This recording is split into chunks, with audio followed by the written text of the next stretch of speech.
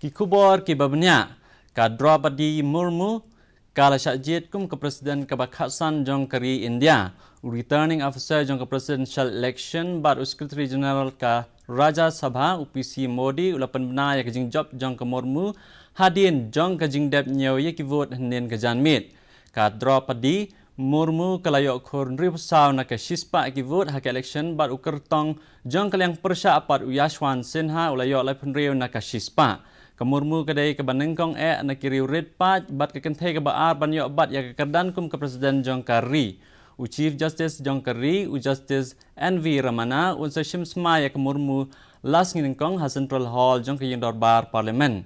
Menteri rang ba ke celau Konrad ke Sangma ulapan pa ke jing sngau komen lang ba jong ke Twitter ha ke ba ulaang ba kadai ke sngi ke ba sa jing ken mau na ke benta wei pakawai kiri red pat Jong Kari menta ke sngi. Nga ai ya kejing ai kublai sya ke Presiden kenthe ke ban kiri red pa ke banengkong Jong Kari ka Draupadi Murmu ji. Great and a historic moment in the history of this country where the president's post is now being held by a tribal woman, and this was something that was in some ways inconceivable many years back.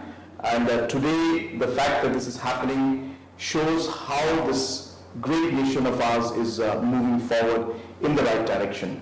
And I would like to thank all the people who have voted for our President, Madam Murmu, to become the President of this country. Usumbun Menteri Rang Ba